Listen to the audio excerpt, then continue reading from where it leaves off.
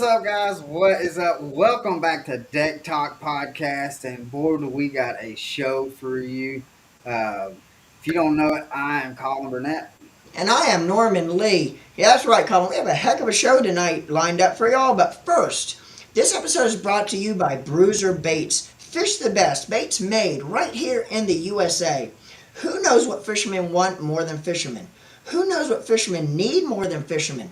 Family owned and operated, they continuously strive to produce the best premium quality baits that are proven to put fish in your boat day in and day out. Helping the beginner angler catch more fish and the seasoned tournament angler put more cash in the pocket. Fish the best, made right here in the USA. Check their full selection of baits, tackle, apparel, and accessories out at www.bruiserbaits.com and www.bassaddictiongear.com. Make sure to use discount code DECKTALK10. Again, that's bruiserbaits.com and bassaddictiongear.com. And hey, don't forget that discount code for your instant savings.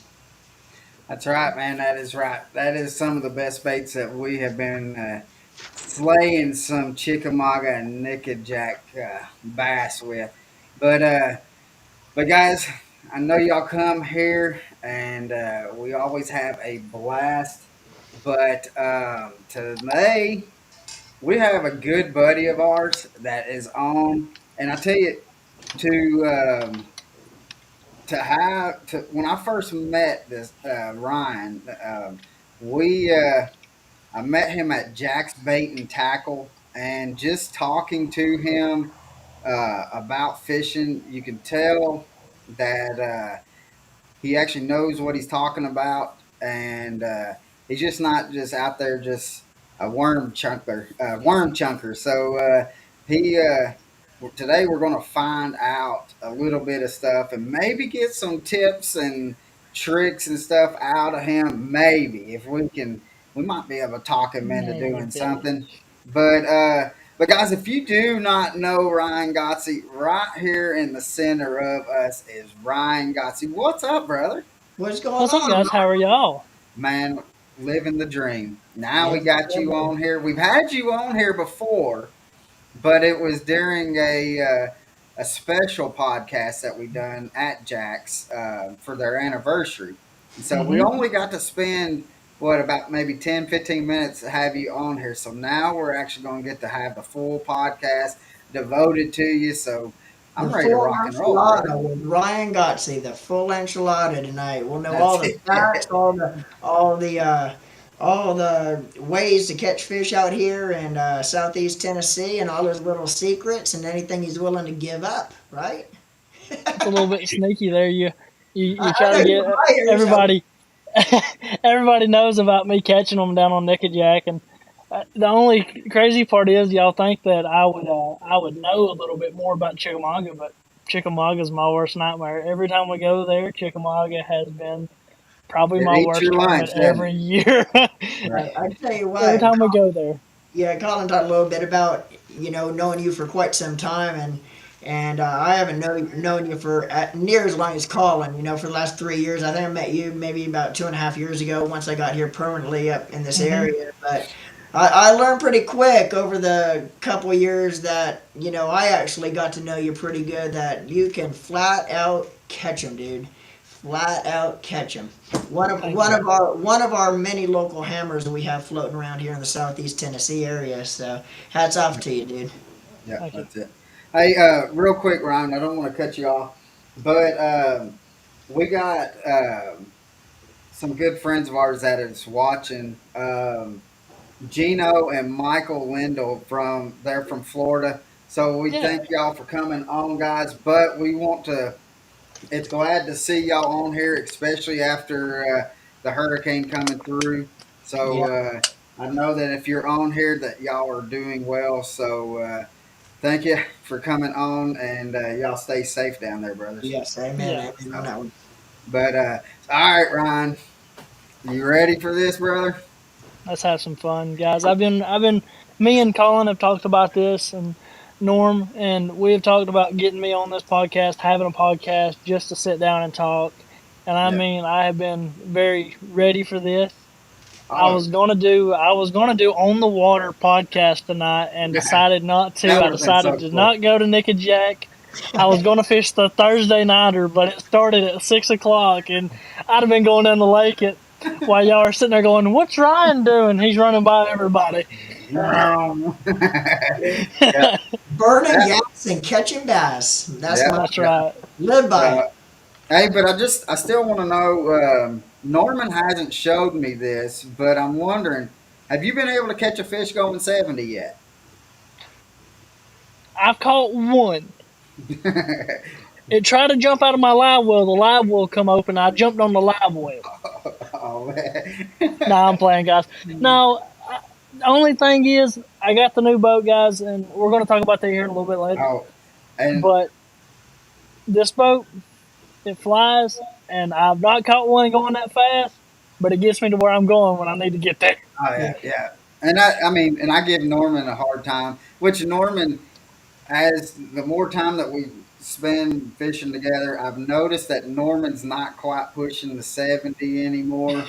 He's kind of backed it down, but I tell you what, there's got that dollar bill for that gas tank goes up about 50% when you peg that gas pedal versus running at a Oh, yeah. yeah, throttle. yeah. So, But you know what? Not to cut you off, but back in the day when I first started competitive bass fishing, I used to be balls to the walls 24/7, and whether I was practicing or in a tournament, and I learned pretty quick that it eats into your dollar bill when you're trying to put all the money you have into the fishing aspect of your tournaments, and like Colin said, you can't catch or find fish when you're practicing at 70. But I was that way once too, so I know what yeah. that's talking about. Speed. I mean, and guys, don't take me wrong. Ryan, I mean, I fished around Ryan. I've followed Ryan because I have not ever been in a boat. Well, I've been in boats that we've been able to run together.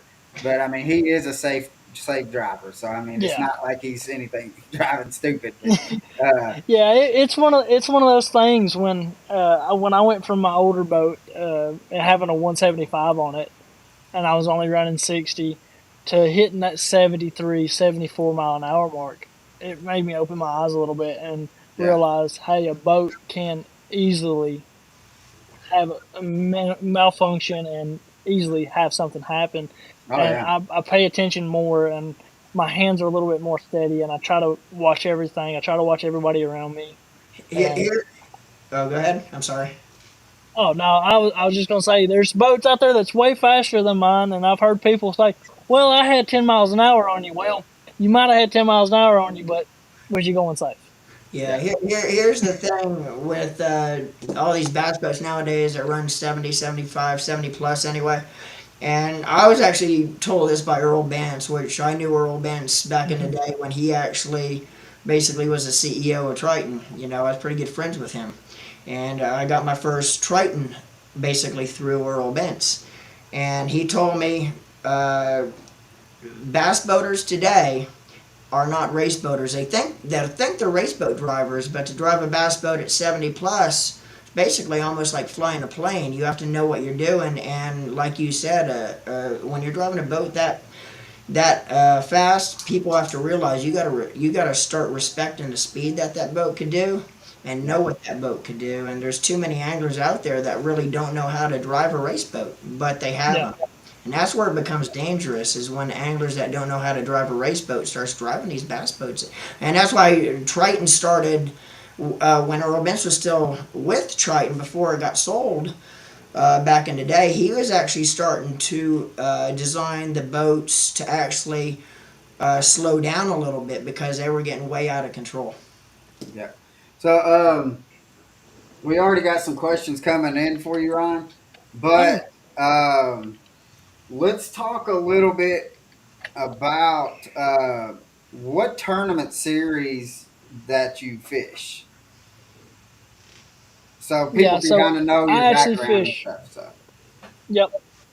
So I started fishing professional tournaments at 16 as a co-angler fishing the volunteer division BFL. So it's all East Tennessee stuff. super cool guys. I learned a lot. They become family. And so I finished second in one of the BFLs out of the back of the boat, and that made me decide, hey, I want to step up to be a boater. So I ended up starting to fish the BFL's volunteer division as a boater. But this year I stepped up. I paid my dues. I started fishing Toyotas, but I stepped up and fished them as a co-angler because I needed a little bit more learning experience. Yeah. And the learning experience you get as a co-angler is super more. Yeah. It's respectful because last year and the year before that, I fished the Bassmaster Opens as a co-angler, and I got drew out with a bunch of the best guys on the water, and they taught me a bunch. Also, I fished the ABA American Bass Anglers Association, a super good group of guys. Uh, they put that tournament on. Uh, East Tennessee is the one I fish. We fished Nickajack, Chickamauga, and Watts Bar. No, did we go to Watts Bar? No, we didn't go to Watts Bar this year. I'm trying to remember where I went. I fished You this said year. Watts Bar. I think we did go to Watts Bar, and I didn't have one Yeah, of the because best tournaments. we was going to We do the put in Dairy at Pro. Yeah. Yep, we put in at Arrowhead Resort.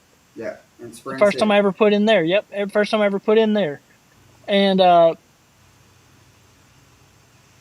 then I didn't have the best tournament. Ended up finishing like eighth. But this year in all my tournaments, and it's crazy to think about this. A kid my age is fishing 40 plus tournaments a year. That's a lot. I'm glad the season's almost over. Yeah. Well, I mean, it's like you and you say that, and it's no slouch to you for saying, "Hey, I'm ready for it to be over," because it's like I look at it like you got like a high school baseball player. They go Hmm. through college, they play a little bit more games, and then college they get drafted, and first thing they do is they put them in rookie ball, but they only play them maybe 75 games, and Hmm. then each that's a triple A or double A, single A, triple A, and all that. They bump them up, but that first rookie year, like going into the major leagues, that's what I mean they talk about. Man, even Yeah. though we're doing what we love, it's just draining to be able to go out and do it over and over. Is that you just got to condition yourself to be able to do it. So, but Yeah. with that being said, I wanted to also when you said that you've done like the co-angler parts of it, that speaks highly of yourself because a lot of people like I don't want to be a co-angler. I want to be the boater, and that screws them out of a fishing career because they're having to pay, which they're paying more, but Hmm. so they're going through money more. But how you're taking that couple years as a co-angler learning, I mean, you're learning from the best in the business, Yeah. and uh, so I mean, hats off to you, man, Yeah. for realizing, hey, I need to. I'm where I want to be, but I'm not really at the quality that I want to be at. I'll So tell you Yeah. what too. I'll tell you what too. A lot of big names that's household names today in the sport of bass fishing started out on the back of the boat, and I'll throw one name out just because he's the first one that pops into my head, and a lot of people hear the name and they're like, no, he never fished from the back of the boat. But when Scott Martin first started Hmm. his professional career in the FLW tour, the first couple years, he started out as a co-angler on the back of a pro's boat. yeah, Yeah. And that's hard for a lot of people to believe, but yeah, Scott Martin, even who he was back then, with Roland and all, he actually started out as a co-angler. Where he probably had every means possible to start out on the front of the boat, but he made that decision, and probably his dad had a lot of influence on that decision as well, to have him yeah, start out on the back, and look where he is today. yeah, Yeah. And to say something else, my dad fished the BFLs as a co-angler for like since 2009, and my dad has been a big influence on me because of what he has done. He yeah, fished the ABAs before they got a little bit out of style, and I'm not saying ABA is a smaller tournament. I mean, this year we had a little bit less boats than we normally have. But I mean, we picked up last year. We had 8 boats at most at some tournaments in the Wow, ABAs. This year that's we not had. I think the max we've had right now is almost 35 boats, yeah, and that's a good little and tournament.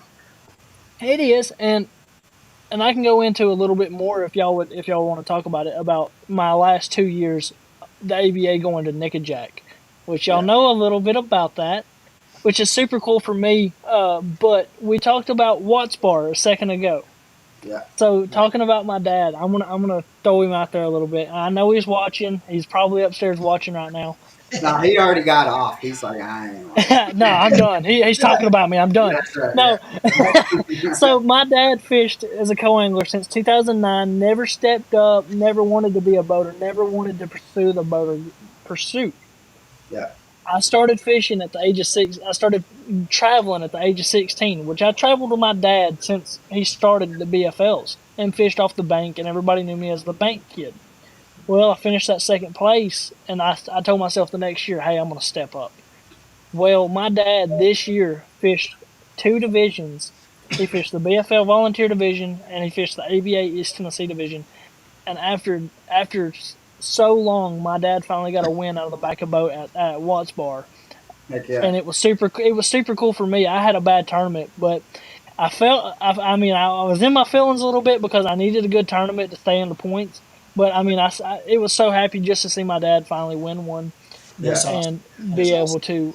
be able to Yeah. be there and Well, and the celebrate with thing him. is like when y'all were there at Watts Bar, it was fishing tough, Yep. Yeah. and so for him to pull that out, I mean, that says something in itself. So, but Yeah, I sat on a bedfish on Watts Bar for almost 3 hours because it was the biggest fish I seen all day, and I only had 2 fish in the boat. And I'm like, this fish will win me the tournament right here because it was 5.5 plus, Yeah. yeah, and it had a 3.5 pound male with it. I'm like, if I can get these two to bite, I'll have a good tournament. yeah, Did not happen. no. Now, let's. I'm going to ask a couple questions real quick Okay. from our from the viewers. Michael Lindell says everybody's crying about forward-facing sonar. What is your opinion? It uses up opinion on it uses up in your tournaments. How does it? I guess like how does it affect? Is it I've a, got it on my boat. I have it on my boat, and I'm still trying to learn it. So I'm not one of them guys that stare at it all the time because I still don't know if it's a bass or if it's a catfish or a crappie. But I still pay attention to it because yeah, it's one of those things that can help you either win a tournament or yeah, lose a tournament. But at the same time, it can tell you if you're throwing a swim bait out there and you're fishing a ledge on Chickamauga and you're watching that bait and you're watching how those fish react, that's going to tell you, hey, should I slow down and throw a Carolina rig or a shaky head exactly. or a big worm? Yeah. Well, But I understand where everybody's coming from, and to be honest, if I wasn't able to get my hands on it when I did, I don't think I would have it now because I'm still at the point to where it's like, does it help me or does it not help me? yeah, and but the thing is, and I think a lot of people that's really griping about it is like, let's say this last tournament with bass with the elites, Hmm. everybody was looking down at the screen. Yeah. Everybody, but you're at a I small sat I boat. sat there and watched that. Yeah, I sat there and watched that one because one of my best friends, Kyle Welcher, actually won AOY up there. Oh yeah, So I was cheering for him super hard because it was super cool. Because I fished with him before he ever went professional. He fished a tournament down here. He lived in Cleveland, and we fished a tournament together, and we yeah. become I ran friends. into him quite a few times in Cleveland. So Yep. like, And just being able to watch them guys, and I understand where people are coming from when it comes to staring down at the forward facing sonar every time. And it's like I listened to a podcast today of Luke Duncan, and they were talking. It was Wesley Strader and Brad Knight, and they were talking about the way people just look down and they're never looking up, and they could run into people. Yeah. Yeah. Well, see, but I don't know. Yeah, that could happen, but like the likelihood of it really happening is I don't know how Very, likely that. yeah. But I mean, but I think like for a viewer wise, they don't like seeing people staring down. But I Yeah. think what will make it better for the viewers and for bass is if they have the camera guys on the boat that's on the back of the guy. So have the guy explaining what he's doing, Hmm. and they can show his Yeah. screen. They Yeah. done it. They done it at the classic. They can Yeah. show his screen. Exactly. So and If y'all have him remember at the explain like classic, what, yeah. huh? If you remember at the classic, Humminbird had the Mega Live that would pop up on during the live video, Yeah, and Yeah. it showed Jeff Gussie. Yeah, Gustafson throwing his little Demiki rig out there and catching them, and yeah. it was super cool because I mean a You're lot of seeing people didn't see that, that, Yeah. right? and now you're getting to see that, and Exactly. it sucks because a lot of the other tournaments don't do that now. Yeah. But if Bass would do that for every one of the tournaments, I think they would have a bigger response Oh to Exactly. it. yeah, And and I'm because glad you brought that up, Colin, too, because when they have a cameraman on the back of their boat, typically the top guys in the stand-ins in that particular tournament is going to have a cameraman. Hmm. But when they go live to that camera, the cameraman actually informs the angler that we are live now, so the angler knows. And the cameraman, a lot of times when the angler's not saying anything, he'll say, "Tell us a little bit about what you're doing." You'll actually hear the cameraman behind the camera say to the angler, "Explain what you're doing," or talk a little bit. But with your point, Colin, it might make a little bit better viewing for your fans that are actually yeah, watching the tournament, if because they always do that. The angler always kind of talks about what he's doing, what he's throwing, trying to promote his right. sponsors, what he's But throwing. Have that but cameraman go up there as he's fishing because he can talk about what he's looking at while he's fishing, just like he's talking about the bait he's throwing. yeah. Have the Well, cameraman see the kind of thing, like focus in on the screen as the angler's explaining, and that's not only going to show to the viewers and make it more interesting to watch the tournaments, but it's also going to help your average weekend tournament angler be able to now get out to the water and kind of know a little bit more about what he's doing because he was actually told how the pros actually out there doing Hmm. it, what they're looking for, what they're looking at on their screen. Plus, of course, it's going to make it for a little bit better for the fans to watch too, because now they're explaining what they're doing when they're staring down at that thing. right, right.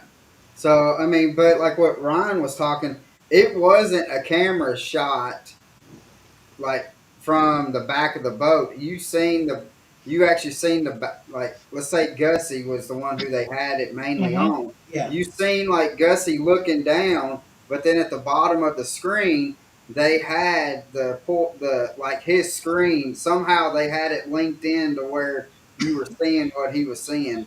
oh And yeah, yeah. I think Like, it's kind that of like a new One split Boat screen. Network. Yeah, like on uh, like a split screen, yeah, right? I think Yeah. you're right. You are right on that. Yeah, I think that sends a GPS signal to any of the units, which I have on this boat. I have Humminbirds with a Garmin Live Scope, but I mean, I only have a Live Scope because of that. That's all I need it. That's all I want it for. So I still run the 2D up front to still run the depth and everything like that. Yeah. So another question is, if you could only throw one bait, what would it be? Oh, you know, it's that's a really easy question, but it's one of the first baits I ever picked up and caught a bunch of fish on, and I'm gonna have to say a Yeah, Texas rig Zoom brush hog. yeah. Hmm. The Gino says, I mean, because I've got probably about 5 or 6 questions right here that I Yeah, go we ahead. were just chit chatting. So, but Gino says I need to come up and fish out of those or out of these so-called boats y'all use. He's a kayak fisherman. Yeah, So Gene Hey, needs to come on come. up and we'll take you out of this boat. We'll have some fun in this boat. Yeah, and Gino he said, is one of our Spear Point Performance Hook teammates, and yeah, he's actually on the kayak tour. Oh, yeah, sweet. That's super. That's a cool thing to. That's a cool thing that I see now and is kayak guys. he smashed them here up in Lacrosse here. I think it's a week and a half ago. He Ooh. smashed them. He also says, Ryan, I have a question for you. I do kayak tournaments, but if I want to step my feet into the boat world, how would you suggest to start? So I mean, I had the opportunity of my dad having a boat, and that was a good part. Uh, it, to be honest with you, I wouldn't if I was going to step to go in and buy a boat now. I wouldn't buy a brand new one to start out with. I would Yeah, buy a used boat. yeah, because Uh, you're gonna beat the crap out of that thing.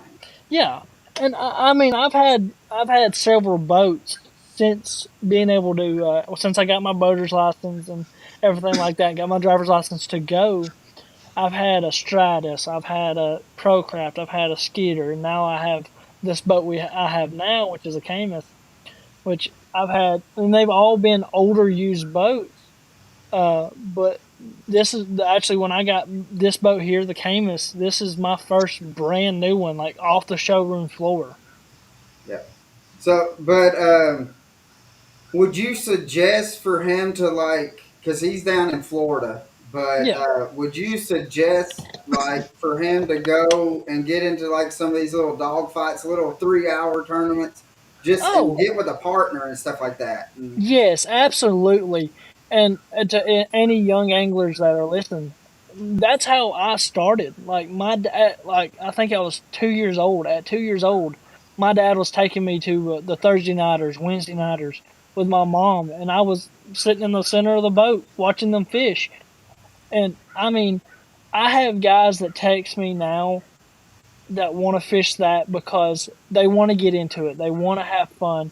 They yeah, want to learn about the tournament fishing and stuff like that. And it's super cool to me that people are texting me to go out with because I'm such a young angler and I'm yeah, not somebody known, which is kind of hard for me to fish a weeknight dogfight because it's normally me and my dad. But when my dad can't make it, I usually try to find somebody to fish with, and it's usually I have a my neighbor is that was actually my high school fishing partner. If it ain't my dad, it was either him or I know one I of my don't get a phone teammates. call. I don't know when you're working. I never know when you're working. So, I but think Colin works more than anybody around here. I'm gonna Right? work 3 days a week and fishing the I gotta rest. work five. He didn't But just get off. He took the day off, but usually when we actually get ready to come on live here, he's just getting back from a 24-hour run slinging little and, devies. So and I'm chugging down some energy drinks just to make it he's through. chugging down bucked up energy drinks like they're going out of style just to keep himself awake. Yeah. I understand that. I've Uh, had some tournaments where I've had to do that.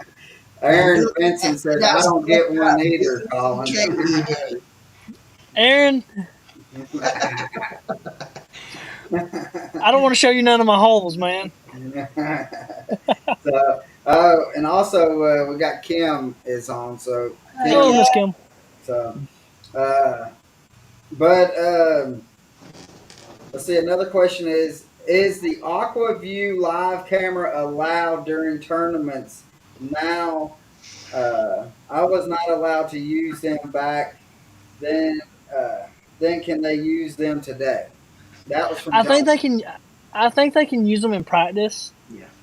but during the tournament they cannot use them. I don't have one. I've never. I think my grandmother bought one back when I was a young kid to go It's a down cool to little deal, though. Nickajack. Yeah, Yeah, I remember going to Nickajack, and the first time I ever looked at it, I think there was like an 8 pound bass swim by. It was yeah. like giant, and that was the first time I've ever seen a huge fish, and I was like, "Throw there, throw there, throw there!" Yeah, but then you know that as you get older, you see them swimming like that. You're like, that one's not biting. Yeah, you're like, you see them on live scope swim by, and you throw at them, they keep swimming. You're like, Yeah, here, a little quick story about the camera. I never actually personally had one. I actually borrowed one time. Of course, one of the lakes I guided on back in Florida, do a lot of Carolina rigging over brush piles, 25, 28 foot of water. And I borrowed a camera one time, and at the end of the cable or whatever that you send down is actually like an imitation bluegill with the camera lens sticking out of it. So they yeah, put that's the way my grandmother's was. yeah, and again, it was an older model, so I don't know what the newer models are today. But you drop it down, I guess the bluegill was so it didn't spook the fish. It looked like what's supposed to be down there, I guess.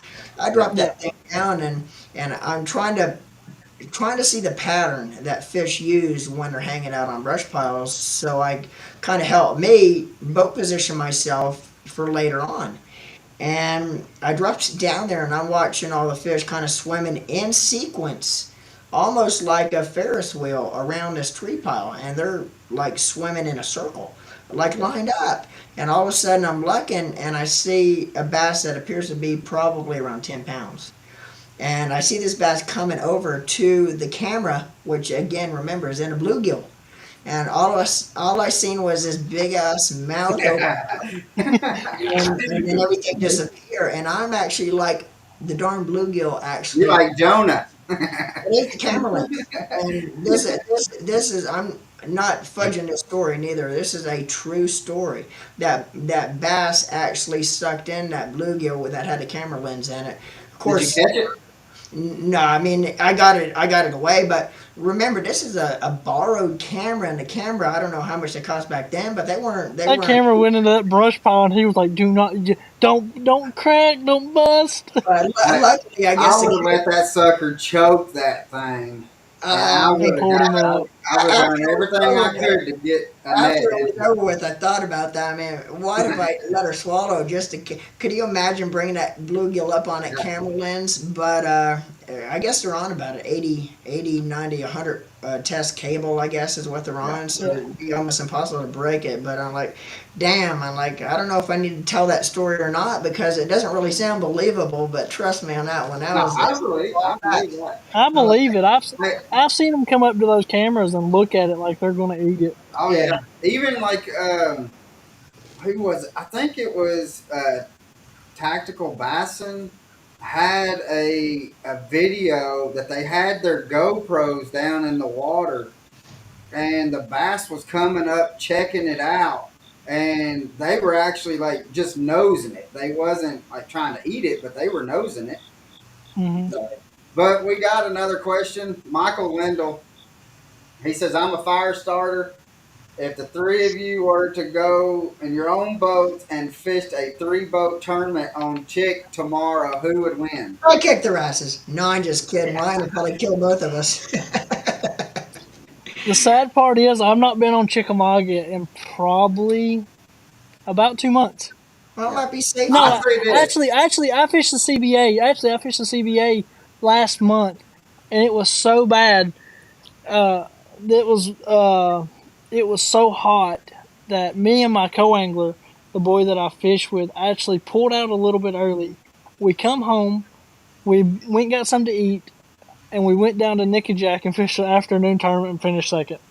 Hey, I remember that. I remember that. Because Colin called me, he was like, "What are you doing?" I'm like, "Resting." He was Yeah. like, "Why?" I'm like, "We fished CBA this morning." I was like, "But we left early." He goes, "What are you going to do?" I was like, "I'm going down to Nickajack fishing night tournament." Yeah. if we fish a catfish tournament right now, Colin would kick both of our asses. Yeah, I've been Colin's tearing on it. the catfish. But I say this to Michael. I think on Chickamauga right now, I have the edge over them. But if we go to Nickajack, We fish Ryan's going in to take us charters, in. maybe, Ryan's dude. going to take us Hey, in. I'm competitive. I never. Well, here's the part. Here's the part. Do y'all want to go to the upper end or do y'all want to go to the lower end of That Nickajack? don't matter to you, Ryan.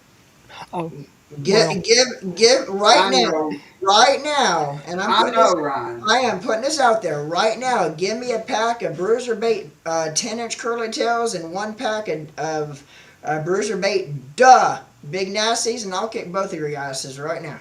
Nah. I and Norman, guarantee it. I will.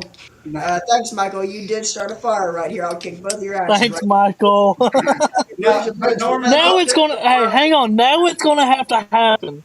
yeah, it'll We're happen. gonna have to do this. Both, So it would be both super lakes, cool. both lakes, Yeah, there we go. and Yeah. we'll film Hey, it. We'll put let's do cameras this. I was on gonna say all we'll three film lakes. it and put it on. Yeah, Hey, let's do this. Let's plan this out right now. We do Nickajack, 4 hours on Nickajack in the morning. We do a 9 hour tournament. 4 hours on Nickajack. It's on us to pull our boats out at the 4 hour mark, whatever we determine, whether it be 11 to whatever the 4 hour mark is. Pull our boats out, have an hour to get to Harrison Bay. Chickamauga. But if you get there sooner, you start fishing. It's basically 4 hours on Nickajack, and then you go to Chickamauga and spend the rest of your 8 hours on Chickamauga, and you fish right till the deadline. And then everybody have a meeting place on the lake, and we're not putting anything live. We'll just do pictures that way, help promote catch and release as Yep, well. we'll do the either Rapala scale or which I've actually I'm gonna order the Bubba scale here soon, but I know a lot of guys have the Rapala scale. We'll do the Rapala scale, 3 or 5 fish. That's up to y'all. Yeah, that'll work. Hey, but If my fish bite on Nick and Jack, I ain't gotta catch them on Chick. yeah, I'll tell you this. Hey, Norman. Yeah, Part of this rules, it's going to be an 8 hour tournament. But let's say I go to Nickajack and I'm like, I know I can go catch some fish on Chickamauga. So can I take like 3 hours on Nickajack and take gotta stay 4 hours. 5 hours? Hey, That's the rule. I'm just trying to help. I'm trying to help You're myself just out trying to because get an added advantage against us. well, I got to get an added advantage on Nickajack somehow because daggum Ryan, you don't realize what he's been doing. Well, I know That's dummy. why when I you know said dummy. that you'll I know dummy. I'll take off less and follow his ass. So here's the thing that I have a certain time on Nick and Jack where I can catch them, yeah, and I've been very lucky over the last few years to be able to catch a bunch of big fish down there. And I mean, there's a few guys down there that can catch them a little bit better than me during yeah, different times. But I think it's one of those time. I think it's one of those timing deals with the fish on Nick and Jack because I've seen it where it takes 28 pounds, 29 pounds, and the low I've seen it where it takes 8 pounds to win on Nick and Jack. yeah, But I've also seen it where it takes 7 pounds to win on Chickamauga, which I can actually accord to that. And I don't know if my mom or dad is watching, and they can put in the comments. I actually won a Northwest Georgia high school event my freshman year of high school with 7 pounds yeah. on Chickamauga in February. Yeah. Kim says you stopped by to see her between those tournaments when you done that. The I CBA. did. I stopped in. She goes, "What are you doing?" I'm like, "It's too hot." She goes, "Too hot for what?" I said, "We fish CBA. We can't catch them. I can't catch them on Chick. We're going Nick and Jack." Yeah. So let's see, and then we got Patty on. How you doing, Patty? Hi, Patty. So let's see. Says I like watching the Big Nasty on live scope. That's something. Big Nasty. What is 14 and a half inches, Norman? 14.25. Two five. The Wow. V1 is 14 and a quarter. Now the V2, which is their new version of the Big Nasty, designed a little bit different. That's actually they have two. They have the 14 inch and the 10 inch. Yeah. But the original V1 is actually 14.25. Yeah. So that was from Steve One of the Dial. best big bass Carolina rig baits you could tie on, dude. It will slay. It will slay the tanks. It will.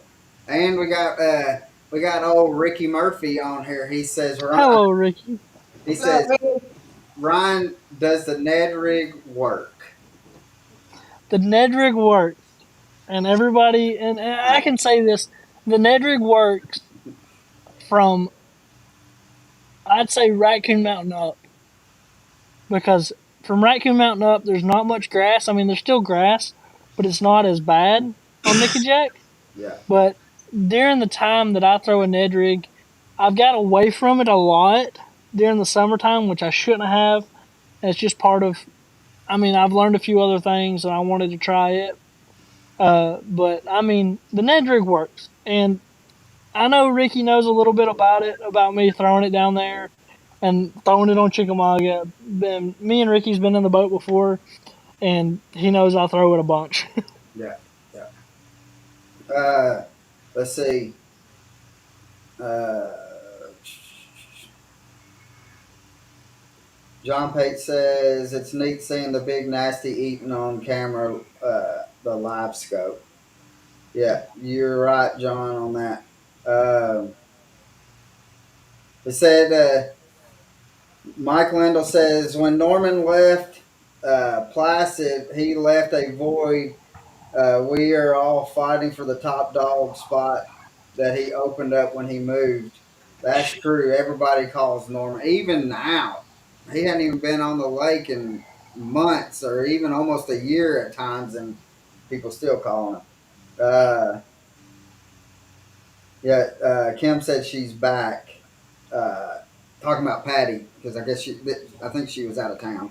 Uh, Patty went on vacation for a little bit and got away from us. She had to get away from all the craziness, and I think she got a little bit too far away and did not want to come back. But when she came back, she was greeted with open arms. Aaron he's got a great idea. This Aaron, tournament. it can't be Saturday. I gotta fish yours, No, so we're gonna he's make it. not saying that. He's Oh, saying make that tournament just a one lure tournament. deal. Hey, here's the thing. Break it down. One. So Make can it I? a one lure tournament on Nickajack, and you could use a different lure on a Chickamauga. 'Cause But that's is it Deal. one lure that we all have to that's gonna use, be or is that's like gonna be that's can gonna be Ryan use tough. one? I use a different one, and Norman uses a different one. But we can only use that one bait. You see what I'm saying? One bait per lake. You could use one bait on Nickajack, and when you go to Chickamauga, you could use the same bait if you want, but you have the option to use a different bait on Chickamauga. I like that, but we gotta schedule it for a good timing. And I mean, I've seen it where Chickamauga is going where Chickamauga can be really slow, and I've seen it where Chickamauga can be really good. I've seen it where Nickajack can be really slow and Nickajack can be really fast. Yeah. But we'd have to figure that out. Like figure out. Yeah. I think We're definitely gonna. my season ends in like November. We can end it after that. Yeah, That'd be well, right after definitely. that. I hate to pick when it's going to be good, but sometimes you got to. You want to be able to catch fish and catch fish in numbers when you do something like this. So we just got to kind of pick when the fishing's going to be the best on Nickajack and Uh, Chickamauga. you know what we can You do? always want to show fish. Let's do this. Let's meet up at Jack's Bait and Tackle when we decide to do this, Have a and shotgun have sucker and Kim Jack's bait pick tackle. our one baits that we can do. No, I want to pick the bait. So if this happens around the time it happens, I'm going in there a day before that and telling You Kim can't what to do pick that. me. I'll You go in there. cannot. I'll go in there 2 days. I'll go in there 2 days before that. No, you can't. No, man. You can't do that. I mean, but So We can't do I that. can so if it's scheduled like after like so, y'all know when Nickajack is spilling when they're always spilling water in the winter time when Chickamauga's actually lower in the winter pool area. Nickajack actually picks up a little bit because the current makes it a little bit better. yeah. And I can say for firsthand over the last few years when it got real swift, and I've done it for the last like 4 or 5 years. Big I bites happen. catch giants Yeah. down there that time of year. Yeah, and that's one thing a lot of people don't realize is people go out on a place like Nickajack where pretty much typically you're always going to have some kind of current. But Hmm. you don't realize when you got the stiffer current almost to the point where you know, if you're trying to fish the edge, it's pretty much impossible because you're so stiff with the current. That makes for the best big bass bite. When the stronger that current flows, the better your big bass bite's going to be. Even to the point where it's almost out of control fishing wise with the current. But that's when the big bass. I think Colin has seen me do it before. I do something very different than anybody else does. I can say down there, and I think me and Ricky fished a tournament together that I caught some bigger fish doing something that he didn't do. And when I showed him, when I kind of took him and done what I did, it opened his eyes up a little bit, which is super cool for me because I was like, I showed somebody something different. He showed me something different. Yeah. Now, let's see. Kim says, if someone is new to live scope, what is your suggestions for them? Put a lot of time into going after it and using it. But to be dead honest with you, once you get it and once it gets into prime crappie season, go crappie fishing as much as you can because that makes you can be able to get close to your crappie and not spook them, but you can also watch the bait fall. You can mess with your settings and you can watch your bait fall and be able to be like, oh, that's what those look like, and this is what my bait looks like. Yeah. Yeah, and And seeing I'll another put it to thing, you just like trying to learn how to throw a new bait. And yeah, Hmm. back in the day, back in Florida, one of the baits that we flip all the time in that heavy grass is 1 ounce jigs. And a Hmm. 1 ounce jig is very hard for somebody that's not used to flipping a jig or throwing a jig to learn how to fish. Because the 1 ounce jig's so heavy, when it hits the bottom, you lift up on it, it almost feels like a spongy sensation, like you have a bass sucking in every time. So, what I'll say about the live scope, no different than I've told young anglers, the best way to learn how to fish a bait that you're not confident in yet, and you want to build that confidence, you want to learn how to fish it, is hit the lake with nothing else in the boat but that bait, because it's so easier to go try to learn a bait and have all your other stuff at your disposal. You fish it for half an hour and you end up putting it down. That's not going to do you no good. The best way to learn how to fish a bait is to put time in with that bait. And live scope. Now I don't run live scope right yet, but I will tell you my feel and my opinion on that is is no different from learning how to use live scope or if you're learning how to use a bait. Uh, don't do nothing but with the intent go out and put time in doing nothing but yeah, live scoping until you really get the feel for it.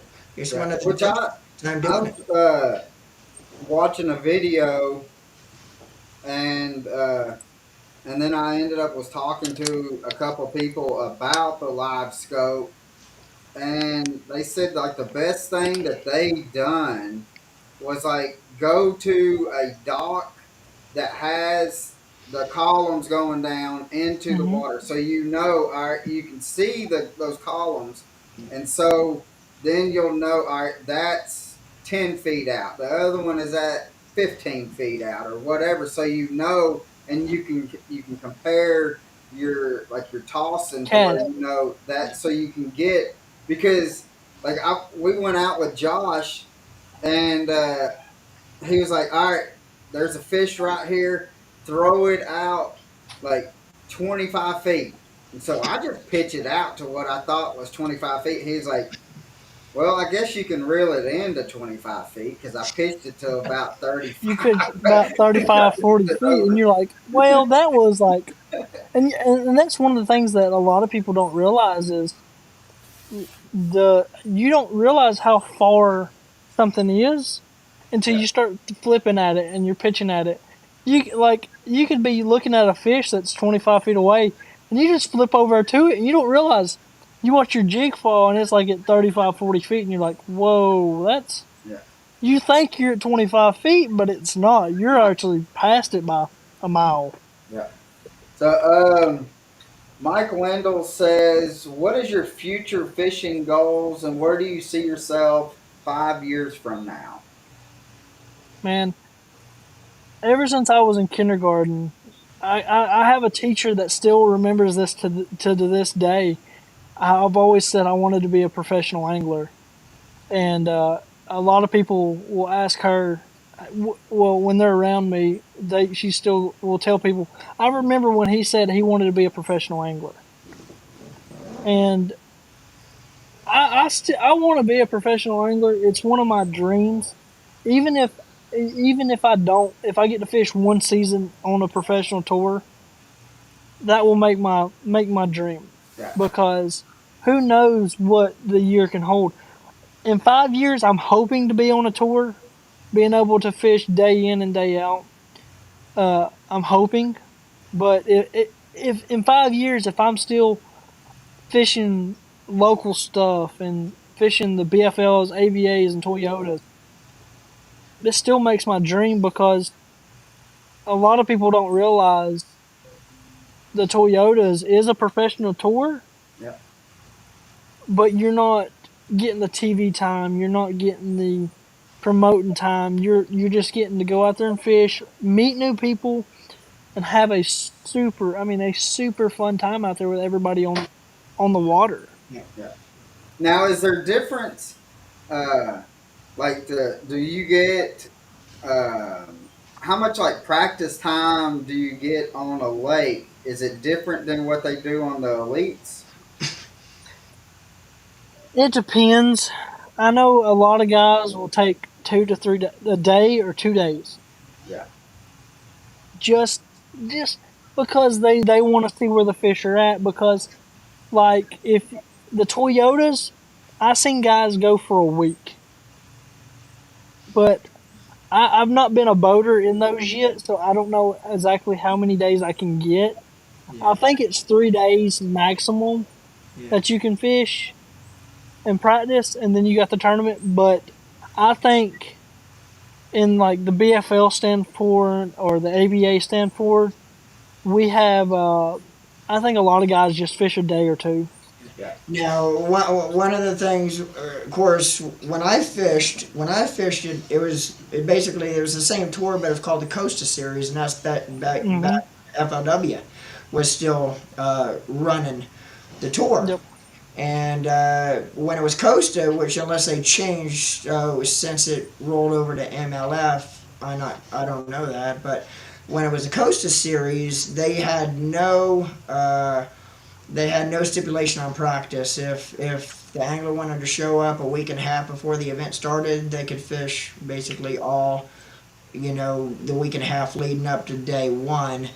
Hmm. Um, and I used to do that on a lot of the bodies of water that I haven't been on before. When I leave Florida, is I'd actually take 1 week to go up and practice. Of Yeah. course, 1 week didn't do me as good as if I spent 3 days when I was fishing them. That's Yeah, another. I think a guy that spends a week out there is learning a little bit too much. I I was about to think say, a guy, could it be too much on somebody to be Yes. spending that much time on it? And yeah, Like, I'll tell you that from the experience of doing it, yes. And there's a point where you could actually, even if you don't know the body of water, you could actually spend too much time. And when you spend too much time, now you start thinking. Start thinking too much instead of just fishing basically. right. And I started learning from a lot of the big names that was fishing it at the time, like the Randall Tharps, the JT Kennys, and stuff like that. Of course, them boys being Florida boys, I've known them, followed them a lot, prior to when I was fishing them. And hmm, I started listening to them guys, and they'd actually talk to me a few times and kind of help me to break down the lakes. And the biggest mistake I used to make when I first started fishing them is I would try to break down, if it was a big body of water I've never been on, I tried to break down the whole body of water in 3 days. And I said, yeah, you just can't do that. You gotta section out an area and just focus on it, and that's what you stick with. Yeah, that was going to be my next question. Like That with was my biggest mistake I made. Is I'd end up running 20 miles there, 20 miles there, 20 miles back, 20, yeah, and you just can't do that and compete against them guys at that level, especially when you don't know the body of water. y'all want to hear something very crazy? what's that? So, my last 2 years as a boater, I have only went and practiced for one tournament, and that was Watts Bar 2 years ago. My first season as a boater, and I zeroed. I have not practiced for another tournament since. I've always just went on instinct, just to go out there and just go fishing. Yeah. And that's what I tell my co-anglers. is, hey, I didn't practice.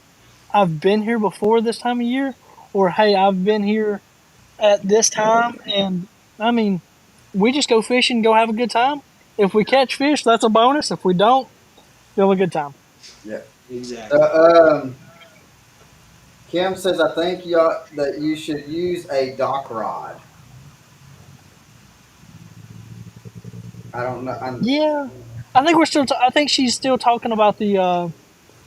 Oh, for our tournament. Yeah. Ooh, Gotta fill me in. What's a dock rod? it's about a 3 foot kid's rod. Oh, Snoopy rod. Yeah. There you go. Me and the wife about 5 years ago done a pretty cool video. She whooped him. Well, I wouldn't say She I wouldn't say whoop. She caught she 2 fish to my 9. But hey, you talk she about whooped fishing a him. Snoopy rod. I'd actually go to cast over there, and it ended up behind me. But Yeah. everybody, all of our viewers, if you want to see a If pretty we do that, if we use Snoopy rods, I'm We need taking to be live all in bait. the we all need to be in the same boat when we do that. I Yeah, think Yeah, yeah, that would be fun. yeah. We need to be in some. But I was gonna say to all our viewers, if you want to see a pretty cool video, go back to my YouTube channel, Normally Fishing, and watch that video. Me against my wife. She was I'm gonna actually go fishing watch that tonight. sponsored rods at that time, and I was fishing a Snoopy rod, and it's really a fun video. But we have a good time doing it. We have a good time rolling with it. But a Yeah. lot of it's Yeah. hilarious, It was a especially good video. especially watching Uh, me fish that dang Snoopy rod. Brandon Heimer says, "What will Nickajack be like early March? Early Smallmouth pond." March. It's going to depend on the water, what the water is doing. And I know what Brandon's talking about. They have a Northwest Georgia High School Anglers Association tournament I there, kind of and figured I that's what fish. he was talking about. Yep, and I fished those. I fished those from 8th grade all the way till I graduated, which is a super cool high school association here in Northwest Georgia. But Brandon, to answer your question, it depends on what the water is going to be doing. If I see you Kim just laughing, Kim just says, "I'll provide them." it looks like we're doing it. We're doing it. It's on, man. It's gonna be a It's going to fun be video. sponsored by Jack's Bait and Tackle. That video. Yep, yep. So But Brandon, I think it depends on what the water's doing. Early March, those fish are going to be kind of get prepared. Like there's going to be some fish already spawning in March because I mean there's always early spawners when the water's a little bit cooler, and the but there's also going smallmouth to will be spawn first though. yep. So So the smallmouth will be up the river, and if they're moving a little bit of water, those fish are going to be in eddies and stuff like that. yeah, he says he's debating on going all the way up from Marion County. It I'm depends. saying if I would not do it if I don't know that I can go catch them because Yeah, that's a lot of gas that you're going to be burning. yeah. Here's So the thing. I fished a tournament down there out of Cave Lake, which is right there beside Nickajack Dam. Me and a buddy of mine, I practiced 2 days before it. Knew the fish were kind of going to be there, but I wasn't for sure. We ran from Nickajack Dam to Chickamauga Dam. Ended up winning the tournament by like 7 pounds. And he brought me my money. This is when I worked at Bass Pro. He brought me my money and our trophy to Bass Pro. Michael Lindell, Tyler Thornberry, he wrote a book, and I don't really feel like I'll reading go the back book. and read it. I'll go back and read it, and I'll text Yeah, him. yeah. Um, but if it wasn't a novel, then I, I would have read it. But Michael Lindell says that he says, I have to go eat. Best of luck with you on your journeys. And if you're ever in South Florida, hit him up. We can go catch bass, peacock, and giant pacu. Great show, guys. Thanks, Yeah, Michael. thank you, Appreciate sir. it, You buddy. be safe. I'll holler at you later, man. Yeah. So, but right now we are sitting right at an hour, Ryan. And Tyler says, read it, Colin. So, all right. Only if it's clean. He says y'all are talking about the river above Raccoon Mountain. Ryan is a hammer and not knocking his knowledge. My knowledge on the river is this. from the end of May till the middle of September, the stretch between Raccoon Mountain and Moccasin Bend, 7 out of 10 trips you're going to zero. As far as keepers, uh, it's hot, and TVA Harley pools water and leisure boats have that banks blown out by 11:30. And on the other hand, uh, I want in on that derby that y'all are scuffling up. Tyler, I would greatly let you in, but I know if you get joined, I know I'm going to get beat. So I Well, let's can't do let this. that happen. Let's do this. I get Tyler on the boat. You get Norman on the boat. No, let me have Tyler. No, no.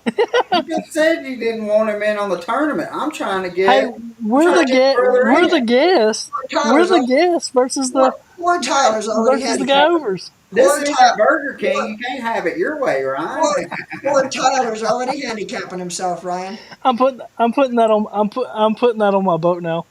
It ain't Burger King. You can't have it your way. Poor Tyler's already handicapping himself.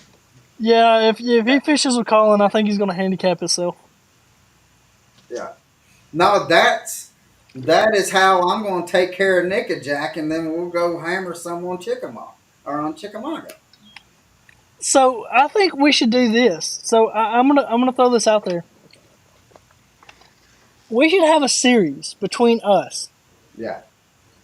We bring guests. We schedule some guests. We have some fun with it, but we have a point system. We have like a 5 tournament season. Yeah, and let's do it. Let's do it to where we kind of have something to fish for. Yeah, So, and I like, let's already, do like I each already know who tournament. my partner is. My partner is going to be Steve Burnett because Steve right now is kicking his son's ass every time he hits the lake with him. Yeah, you can have him. You can have him. I'll just call Caleb. that's cheating. You can't have guides. Well, we got one on. Norman, you can't fish. Norman ain't been here long enough. Yeah, I but still Love got him to to death. get my feet wet up here.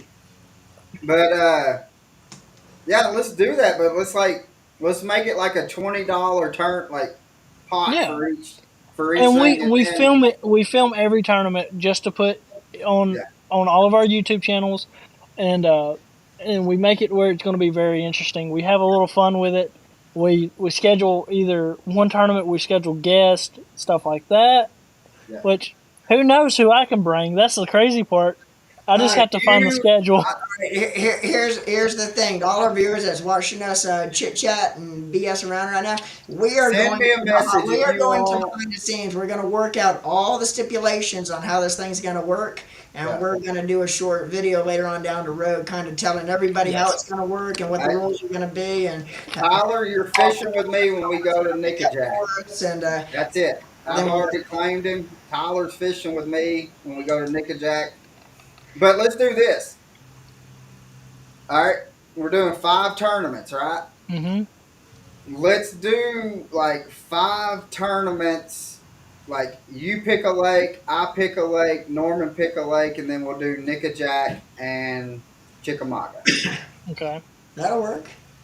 So, I mean, you've already got an advantage on Nickajack over all of us because you're out there on Yeah. Nickajack more than No, he we are. doesn't, because I'm just going to follow his ass around all day. It I don't look up. Here comes Norman. Yeah, and it's not like you can't see him. Hey, don't tempt me. I'll do what y'all said. Unwrap the other boat and run around, That's it. But yeah, or we can. go get my grandpa's boat and run it. Yeah. Uh, Aaron says it's dinner time. Great show, guys. See you tomorrow or see you Saturday, Ryan. See you So Saturday, Aaron. Thanks, Aaron. We're gonna Appreciate talk. you. We're gonna talk about your tournament here in a little bit, Aaron. I know we've ran over. We've had some fun. I know when we all get together, we all just have fun and yeah, we get we off hadn't topic a even. lot. We chase a rabbit. Yeah, but Ryan, I hadn't even asked you even like a quarter of the questions that I was planning on asking you. but I mean, it's just everybody was just. I Me, was trying me, to get me, all the viewers Colin to. and myself joke around all the time because usually our podcast we try to keep it right in about an hour, but we usually end up running. I think we've gone as Hour much as 15, hour hour and 20. 45 minutes in the past. It's kind of funny, and we joke around about it all the time. Once we start talking fishing, because that's what we love to do. We love Yeah, talking about fishing. Yeah, That 5 minutes turns into an hour and a half pretty darn quick. yeah. yeah, and So, it's one of those things when I get on, I know the people that support me and people that follow me love to have fun and they love to comment and text and yeah, always just bring more stuff to where we yeah. talk and have fun So, with it. hey, what about this idea? Let's have our viewers, and we'll ask our social media, Hmm. like Facebook, Instagram, and all that, Hey, YouTube, Free have Lakes. them message us because, like, if we're gonna get to pick a lake, so we might be able to. I mean, we can't go like too far away, but I mean, but let's have like our viewers like say, "Hey, I want to fish with you," and we could either are fishing the tournament with y'all, and let's pick the names and let's draw like you draw who you're fishing with. That'll That would work. be cool. That would be really cool because That'd I be know awesome. there's a bunch of guys out there that Because I don't want to want you have the bringing opportunity Joey. to go out there. I don't want you So bringing Joey. I could bring Joey Cifuentes, Kyle Welcher, Dustin Connell, Jacob Wheeler, Mark Daniels Jr. And I'm not saying that to be like, oh, I know them guys. It's just super cool that I'm actually being able to get in the boat with them guys Right. and become great friendships with them guys, and truly turn them into like a family like a brother. And you said it perfect right there, Ryan. You look at a lot of these big name guys out there on tour right now. Uh, whether you fish at their level or what we're doing, your local weekend anglers, it's all one big family. Most all those guys on tour will sit down and talk to anybody and spend time with them, spend hours with them, and create a friendship with them guys. So it's all about what we do as fishermen. Yeah. Whether you fish at a professional level or weekend angler or local stuff, it's one Hit my big knee. family, man. I just nailed my knee. Camera. Ryan's over there just laughing. At, I, I didn't see that. Could you do that again? Instant replay for me? no, that's hurt. But I seen his face cringe up, and I was like, I know what he just done. I'm glad because I thought Ron was laughing at my ass for a while there. well, most of the time it is. But No, that's uh, Colin. I don't laugh at Norman. but yeah, let's do something like that. I mean, because Let's do that. So I actually want to do that instead of like us picking who we go with. yeah, Let's have your viewers and people on my Facebook, Instagram, stuff like that. let's let's have Kim also, and we'll draw at Jack's. Yeah, Uh, we'll go in there, do a live yeah, video, and And have remember, her and do like a live saying, "Hey, this is what's going on. We yep, got Ryan, Norman, and Colin is doing a tournament, a 5 series tournament, and do we want them to put $20 in on it too?" that's just make it us because I don't want to put somebody in that Yeah, situation where they're like I don't want right. to Well, just cause they would be like, but let's have Kim say, "Hey, this is what they're doing.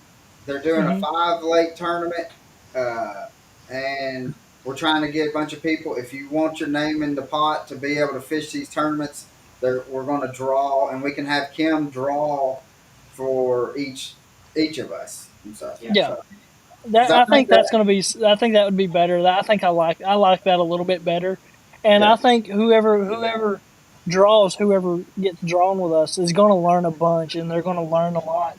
And the yeah, cool part is they're gonna get on camera. They're gonna get on YouTube and stuff like that, and be able to be like, this is what we done because we're gonna film every one of these tournaments and put them out.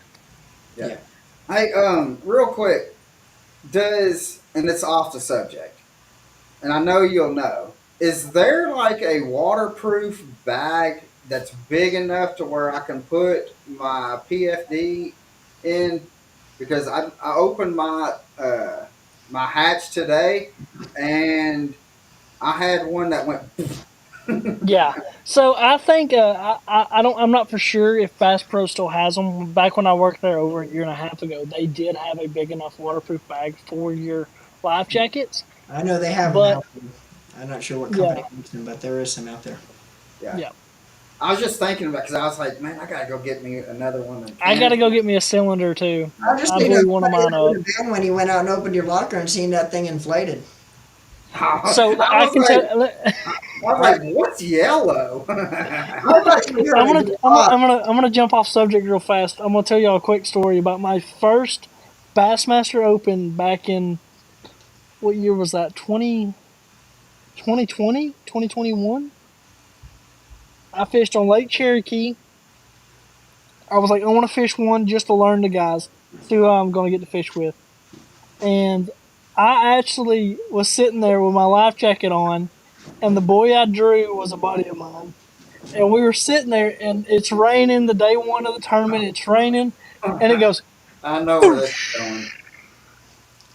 And a buddy of mine sitting beside me, he goes, "Did you bring an extra life jacket?" I said, "No." He goes, "Here," and he hands me one. Well, the dude that the buddy of mine that I drew was like, "You're rubber ducky now." So in his phone and like six other people's, it's rubber ducky in their phone. It's being changed on mine right this second. Do Uh, it. let's see. Um, crap. Oh, I have a story too about it. I was out fishing with a buddy of mine, and this was 8 or 9 years ago, and he had like an old oh shoot glass astro glass, I think that's what it was. Hmm. um, and so it did not have rod locker, or it had a rod locker, but it was in the like in between the two consoles in the floor, right? But you had like the lockers like how you do up on the deck. The deck was not that big, but it was big enough that he could put his uh, like he was able to put two of his life jackets in. Well, he'd always put his rods on the driver's side, and so we were fishing a tournament, and it comes a downpour, and the next thing I know, we're going down the river. In which, I mean, we say going down the river. In that boat, it was like 45 miles an hour. But next thing we know, like the rod locker just goes poof like this, dumps six rods that he had on his deck over the boat. Lost. He had to fish the rest of the tournament with my rods because his life jacket uh, it exploded because the water got down into the his little locker, and and Yeah. which you might know the dude. You Who's might. that? Eric Nelson. I've heard that name. But the thing about it is that was not the first time that happened to him. All right, now that That's when you. That's when you. we're telling life jacket stories, I got to get mine in here. Yeah. Coastal Series event, Okeechobee. The morning of day one of the tournament, first day of the event, uh, 35 mile an hour winds in Okeechobee. And for all our viewers that are not familiar with Okeechobee, basically, if the wind's blowing in the right direction, it's like the Gulf of Mexico. If you're out there and looking across, you can't see land. If you're in the middle, land disappears, just like if you're in the ocean. And it can blow up because it's a shallower body of water, too, but it's big.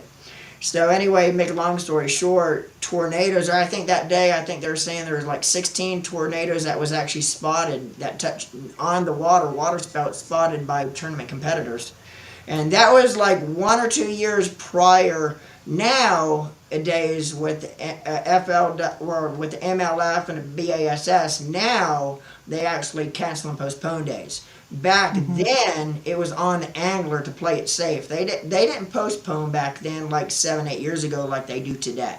Yeah. Okay, so they ran the tournament 35 mile an hour.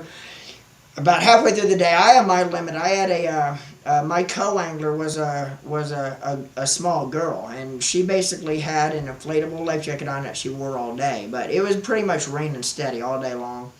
I had a limit. She didn't have a fish, so I looked back at her and I told her, I says, you know what, this is bull crap. I says, we were fighting the wind, rain, all that. I says, let's run back up. There's a canal called Indian Prairie Canal. It's basically inset in a ditch. So if you look up on the land's actually about 15, 20 foot above where you're actually fishing at because it's kind of down in a ditch. Hmm. We ran up there. I did have some fish on the Carolina rig, a lot of rock bank up there.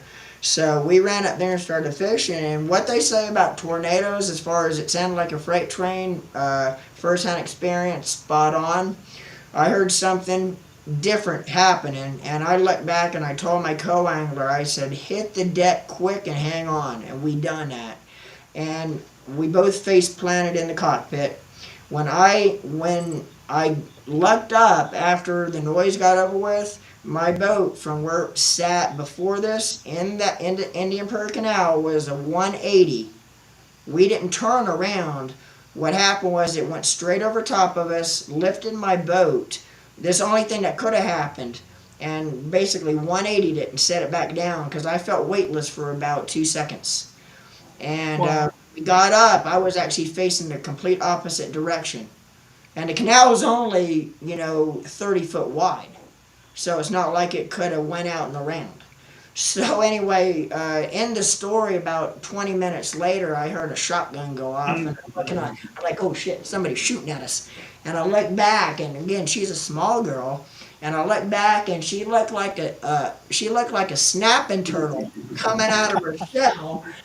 And I'm laughing my ass off, and I says, "Don't, I'm not laughing at you, but if you were looking at what I'm looking at, you'd be laughing too." That's my life best story. That's super crazy to think about. That is how fast the weather can change out there. Yeah. Yeah. Oh So, yeah. uh, Kim says we need to have Ryan Godsey on again soon. Yeah, I Yeah. tell you, we need to have him on again, but it's not going to be soon because we're already booked. We're booking into almost or through December, like we're Yeah. midway of Throughout December. the rest of the year, we're actually down to I think 4 open dates right now throughout the last day Yeah. of December. So And I understand where Kim's coming from because normally we had this happen last time. We get on that little train of chasing the rabbit, and we'll go down a rabbit hole and come back on another one and go back down another one. But that's just how I am, and everybody knows that is when I start talking, I'll go one way, and then I'll change the whole subject and go a whole nother way, and it's just this way and that way and that way. What we could do though, as it gets closer to our little 5 tournament series, is we could always go this route and do a special edition of the Deck Talk podcast, which would be a special Yeah. edition on yeah, a different yeah, day. we definitely need to do that. To at Yeah, least, even if we just record a video just with us doing it and yeah, not go live, we can yeah, record and just do a Yeah. it. Yeah. pre-recorded special edition. Um, Be fun. but let's say Kim says calling a May can help you. Let me check into this. I'll get back with you. So I think she's talking about. She texted that right after we said something about having the drawing there at Jack's. Yeah. So she says that's awesome, guys. Y'all are doing a great job. Yep. So, Appreciate it. but And go ahead, go ahead. I wanted to say this. I know there's a lot of people out there that's watching. If and I know there was a few people that probably wanted to hear the questions that y'all had. Uh, but when we put us three together, we're just we're all close friends, and we all want to have a good time. And Yeah, we don't get to it's see each going to we be a don't get to competition. we It don't get to definitely see will. each other as much. So it's Yeah, gonna be that. So yeah. It's I truly think this little. I'm glad we all talked about this. I hope this little 5 tournament series will be it's yeah. going to be fun. I, Yeah. and Norman, you cannot have your lake as Lake Placid. I'm not going to Florida. Hey, but getting back to what Ryan was saying, when me and Colin was trying to, before we actually went, when Deck Talk podcast was still in the planning stages back in the day, it seems like it's been like 15 years ago now, but it's only been about 7 or 8 months since our Yeah. first episode. But we're trying to hem and haw about what we're going to call the podcast, and finally we both decided on Deck Talk. And the reason for that is, what is Deck Talk? It's basically two or three friends getting out on the water, just chit chatting on the deck, something that friends do besides when they're out fishing. Of course, also friends give it to each other, all in a friendly manner when you're fishing, because we're tournament anglers. We're competitive people. Whether you're my friend or not, I'm going to try to beat you. And Yeah. that's what it's all about. It's about When the boat numbers are called, when you're on the deck of the boat fishing. But and again, we're all friends, but at the same time, we all want to win. But that's what kind of makes it fun, is we're yeah, able to kind of sock it to everybody else in a friendly manner, and it makes it fun. It's what puts fun in fishing, you Yeah. know. So And let's do yeah. this. Let's and do it this. goes back to what a podcast is called, Deck Talk. Yeah. Well, and then real quick on that, sometimes we actually have our guest that's actually on the deck of the boat. So Yeah. I mean, We could do it. We could we could have a little. I gotta talk to Wheeler. I don't know how they did it. So do y'all remember when they done the challenges on the Yeah. lake? see, that's what we done a bruiser bait challenge, and Norman he figured it out. He was able to do like the time clock and actually able to do each scale of because like we weighed the fish, Hmm. and so we wrote down what the fish weighed. So he was able, as we caught him, he was able to do like the score tracker and do fix the score Yeah, tracker. Okay. I kind of copied it off of the way Jacob done it Yeah, back when there was the pandemic, and basically fishing was closed down except for hitting the yeah, lake. Other than there's no more Yeah. tournaments at the time. So I yeah, kind of took a little bit from the way Jacob done it, and also a little bit from the MLF actually, and yeah. it actually came out really well. So, but Check let's it out too. It's the Bruiser Bait Challenge. yeah. So let's do this. Let's plan here about the middle of September. Let's pick like a day. We'll go to Jack's. Well, all three of us will meet there at Jack's. We'll let Kim know when we're going to do this. But let's go and let's do a Facebook live, and we'll have Kim do a Facebook live also. Yeah. But let's go because we know with out of the five, we know two of them right now with Nickajack and Chickamauga. Yep. So So I'm gonna throw a third one in there. I'm gonna throw a third one in there, and maybe a fourth one. Let's stay on the Tennessee River. Let's go Watts Bar, Chickamauga, Nickajack, Gunnersville. you're kind of kicking out one of the lakes I was wanting to go to. You can have number five, or you could. It depends. Watts Bar is not fishing as good as it should. No, it's Yeah. it's not. You're totally right on that. But I mean, would you want to go to Gunnersville if you can't throw a frog? Yeah. Okay. I I mean, went I'm there. down for whatever. I went there. I was lucky enough to be able to fish the Toyota there this year in February. I Yeah, learned a ton there that time of year. yeah. Hey So guys, let's go ahead and to be continued on our conversation to kind yeah, of we got to finish this up. So when Yeah, we get that's what I was gonna say. We're gonna have to what go. I got to do before it gets dark, and if I don't get these honeydews done, I'll be in trouble. you be all right. I don't want his but yeah, wife coming after me. I didn't do it. yeah, she'll come after me. Uh, but Ryan, when we get done with this, stay on for a little bit, Okay. and I got to chit chat with you. Yeah. Yeah. But yeah, let's wrap this up so Norman don't get beat with a wooden broom. Yeah, Well, And and the cool part is I know y'all can. We're gonna. I'll put us on my stuff. I'll go back and put a timestamp when I share this. I'll put a timestamp stamp where we started asking questions. If people want to sit there and listen to this, because I know we got off on a tangent, and that's part of it. Well, we knew that's what was going to happen, though. I We mean, did, it and even we happened. all were like, well, Yeah, it even happened like when we done the last one with you at Jack's. It even, I mean, but but yeah, let's wrap it up. I can actually smell the food, my dinner getting ready, and so I that's when think I I can know. smell it from my house. Yeah, you probably can, but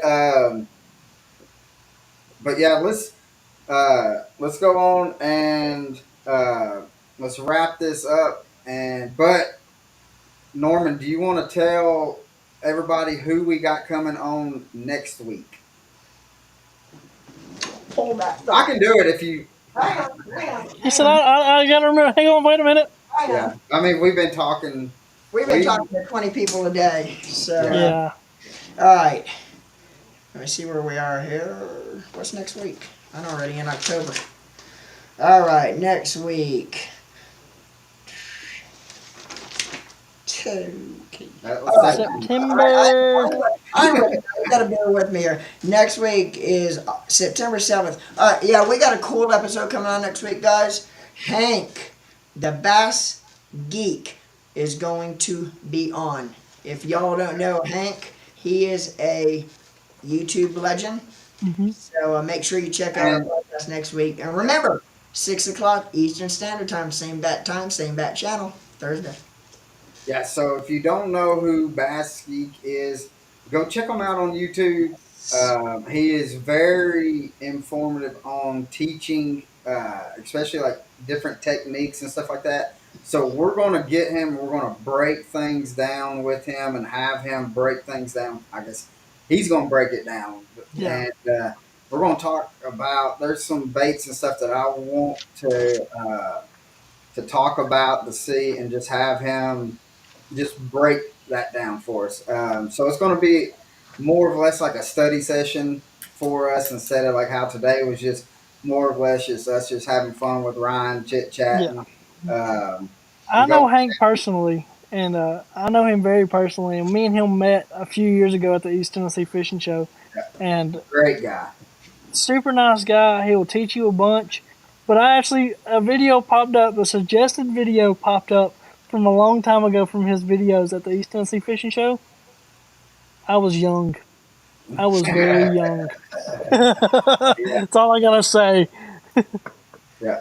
But yeah, So let's guys, you do what? go ahead. So guys, you do not want to miss it. I mean, because again, we are booked in between like up until like into December.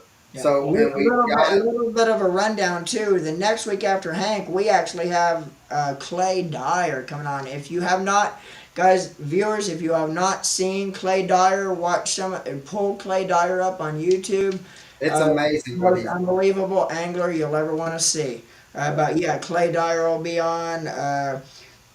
We got Keith Chensney, owner of Proline Baits. Great product, great scent.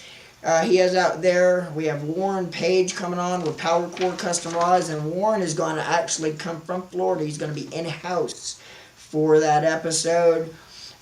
So we got a lot of cool stuff coming up. I'm not going to give the dates, but we have Michael Iconelli going to be on here sometime coming up pretty quick. Like I say, I'm not going to give the dates, but he's coming up. We got Bobby Lane coming up.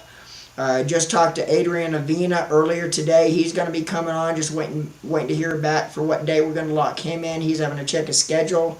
So we got a lot of hammers coming on. A lot of cool episodes going to be coming up. yeah. So and that's just some of the people. I mean, we've reached out. That's just a handful right now. We have quite a bit more that's actually going to be coming on as well, going into the beginning of the year. So Yeah, When y'all have Adrian on, when y'all have Adrian on, I might just call him and like just let him know how fun this one is because Adrian was the first like part of the group, the Jacob Wheeler, the Ding Squad, as everybody knows him. yeah. He was the first one I got in the boat with here on Lake Nickajack after the Bassmaster Classic a few years ago. and also before we go off, myself, Colin, we want to give a big shout out, a big congratulations to Patrick Walters for pulling Yes. that victory out. His last But tournament, winning his second championship belt, the first angler to win a championship belt with limits of largemouth and limits of smallmouth. The biggest smallmouth weight on record recorded in professional bass fishing history. But myself and Colin feel pretty good about this one because we feel like we're part of that victory. No, I but just we called it. We we called it though. okay. Patrick was on our podcast right before they done the Northern Swing, and me and Colin pretty much called it. We said, Patrick, you are going to win one of their smallmouth events. When And you I do, told him he was going to get over 100 pounds, and he's like, "Nah." yep. So, So me and Colin feel like we're part of that win. All kidding aside, right? But yeah, congratulations goes to my buddy Patrick and Walker. also, For, I mean, again, we want to say congrats to Kyle Welcher and and yes, amen on that. Joey Fuentes. Yeah. Joey, if y'all don't know the Cowboy, uh, you have to watch some of his videos and stuff like that. But I see the stuff like what his career and stuff like that. I mean, it is phenomenal, especially to come out and win two events in your rookie year like that. Yeah. It's phenomenal. I got a quick. Rookies on tour this year killed it. Unbelievable. 4 out of the 8 tournaments were won by rookies this year. Yeah, That's that's super. great. That's super crazy too to hear about that. That's Yeah, never happened before. And Yeah. what made it real interesting coming down to that last event was Joey Sequentes going into day 3 didn't have it locked up. Or actually even going into day 4, the championship Sunday, because one of the Mhm. anglers, one of the Japan anglers, if he had to win day 4, but if he won it, he would actually win Rookie of the Year over Joey. So it came down to like the last day of the event. yeah, Yeah. I But got a quick little thing to talk about Joey Fuentes. So I was actually very lucky enough to fish with him in the Bassmaster Opens when right as he qualified the year he qualified. The first day of the year, the first Bassmaster Open day 1. We go out on Lake Toho, which I think Norman knows a little bit about, yep. yeah. and he done something that I've never seen anybody do. That was, and I asked him if I could finally talk about it. He said yes because the fish wasn't there day 2 and day 3. Uh, he was actually live scoping a jerk bait in a grass hole, in a hole. Really? And if anybody remembers this, I posted it. I think a lot of people posted it. Joey Cifuentes had 29 pounds day 1. The biggest like sack I've ever seen weighed in. The biggest sack I've ever seen caught. And he goes, the first thing out of his mouth, he goes, "I got a 9-pounder. Don't scream." He goes, "I'm not gonna." He said, "I'm not gonna put the responsibility of you grabbing this fish." He said, "But when I get it in, just look at it, put it in the whale, and we're gonna go to the next cast." 5 casts in a row, 29 pounds. Amazing. Yeah, Joey actually is super cool to watch. yeah. He is. And I mean that. But again, like to do what he done this year, nobody has ever done Unbelievable. that. Yeah, That just doesn't happen, man. It takes a lot of your seasoned veteran pros, 10 or 12 seasons to be able to accomplish their second win. Yeah. yeah, So what Joey done in his rookie season, I mean, just sky's the limit for what his career is going to be. yeah. He's gonna have a lot of trophies. Mhm. I think he's gonna have a bunch. Yeah. So, but we've already hit an hour and a half. But this is one of our longest podcasts. But I was about guys, to say I want to be the longest podcast for right now. yeah, And it's one of before we wrap up, too, shout out again Bruiser Baits yes. Thank you, sponsor Bruce. bait of this episode. Make sure, guys, go to bruiserbait.com or bruiserbaits.com with an S, bruiserbaitsplural.com with an S. Check them out. Also, their sister company, www.bassaddictiongear.com. And when you do, don't forget, key in at checkout that discount code DECKTALK10. You get instant savings on top of your order. But remember DECKTALK10. But go to their website, check them out. Baits that work no matter where you are. Or no matter what state you're in, no matter what water you're fishing, you'll find baits that work. Bruiser Baits. Yeah, exactly. But Ryan, brother, man, it has been a blast. Who would have known that starting this podcast that we're going to be doing a little five lake tournament? Oh Thank you, But yeah, buddy. Well, we we appreciate all we appreciate the fire starter there. yeah, we got so a war started now. but yeah, Ryan, man, it has been a. We're definitely gonna have to get you on again, and Yeah. I'm gonna have to like mute all of our so I can at least ask you the questions I wanted to ask you. Yeah, I wanna sit down and actually sit down with y'all and actually have where we can answer questions because I know there's a lot of people that really want to know about my career and Yeah, how I started and what I've over yeah. the last year and a half or 2 years of what I've been able to do. Yeah. So What we it's could super do cool. is we could do a special edition Deck Talk podcast where it's just a Q&A. Oh, Just, you know Yeah, what we can do? a Hey, question and answer period. we're gonna do like one live at Jack's again Yeah. for the autism anglers, to where we can raise stuff. I mean, yep, I'm gonna be there uh, for that one. so what we'll do, we'll just have you come on and just be part of us Yeah. there while Yeah, we're and we'll there. we'll do the Q&A right there in front of people. And if Yeah, people want to ask questions that are there, we'll have yeah, them ask catch one. That would be super cool. So Yeah, yeah. that'll be So awesome. let's plan that because we've been Kim. We're scheduling it to where we can talk to Kim because yep, we're going to get some kind of like poster or whatever made to where we can have it up to where we can kind of advertise for it also. But yes, then we need to make sure that we're going to put on the poster that it's going that the three of us is going to be on there. yep. So sounds good, brother, man. My belly is growling. Fat boy's hungry. Yeah. Uh, Hang on after we go off live, Ryan. Hang on a couple minutes. I yeah. will. So, guys, we appreciate it, especially hanging on for almost an hour and 40 minutes.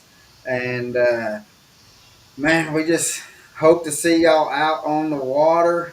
So if you see a camus flying down the river, it may just be Ryan. So Okay, guys, follow hang him. on. Here, I'm gonna jump off this boat real fast. So I've been sitting in my boat the whole time. Yeah, I'm gonna jump off my boat and I'm gonna let y'all see it because I know there's a bunch of people that have not seen it since it got wrapped. yeah. So let's hop off here. And Colin has not. So let's hop off here. So this Oh is the new wrap. So this is the new man, wrap. that's almost makes you dizzy to be honest with you, or it It might just does, and if it's going 70 miles an hour, it makes you real dizzy. yeah. But that is sweet. And Who's guys, when I got this boat, it did not have power poles on it. So we just put power poles on it this week, guys. So yeah. that's what makes it stand out a little bit more. I And can you do me a favor, Ryan? Show yeah, the deck of your boat to show yeah, like let me how hop up there. massive that thing is. Yeah, let me hop up there. So, guys, I mean, the front deck is giant. I have the cover of the boat just laying on one corner, and it's folded up very awkwardly, but I can That's lay for a across this boat. 21-foot boat, guys. No, this is a 20. This is Oh, a 20 foot. CX. Yep, this is a CX20, and I actually do this for y'all. I'm trying to get rods ready for this weekend, so I got them laying everywhere. But guys, look how much storage I have up in the front of this Camus. That's ridiculous. Guys, I have a ton of boxes like up there. Like I have extra rod storage up there too, but I've got line here, boxes all the way back, some And soft plastics here. shout out to you, Ryan, too. Very, very well organized. And there's one thing about being a tournament competitive angler is organization is key. And Yes. you see a lot of pros at the highest level look in their boat, and it's like, how in the heck do they find something? But shout out to you, dude. That is a very well organized.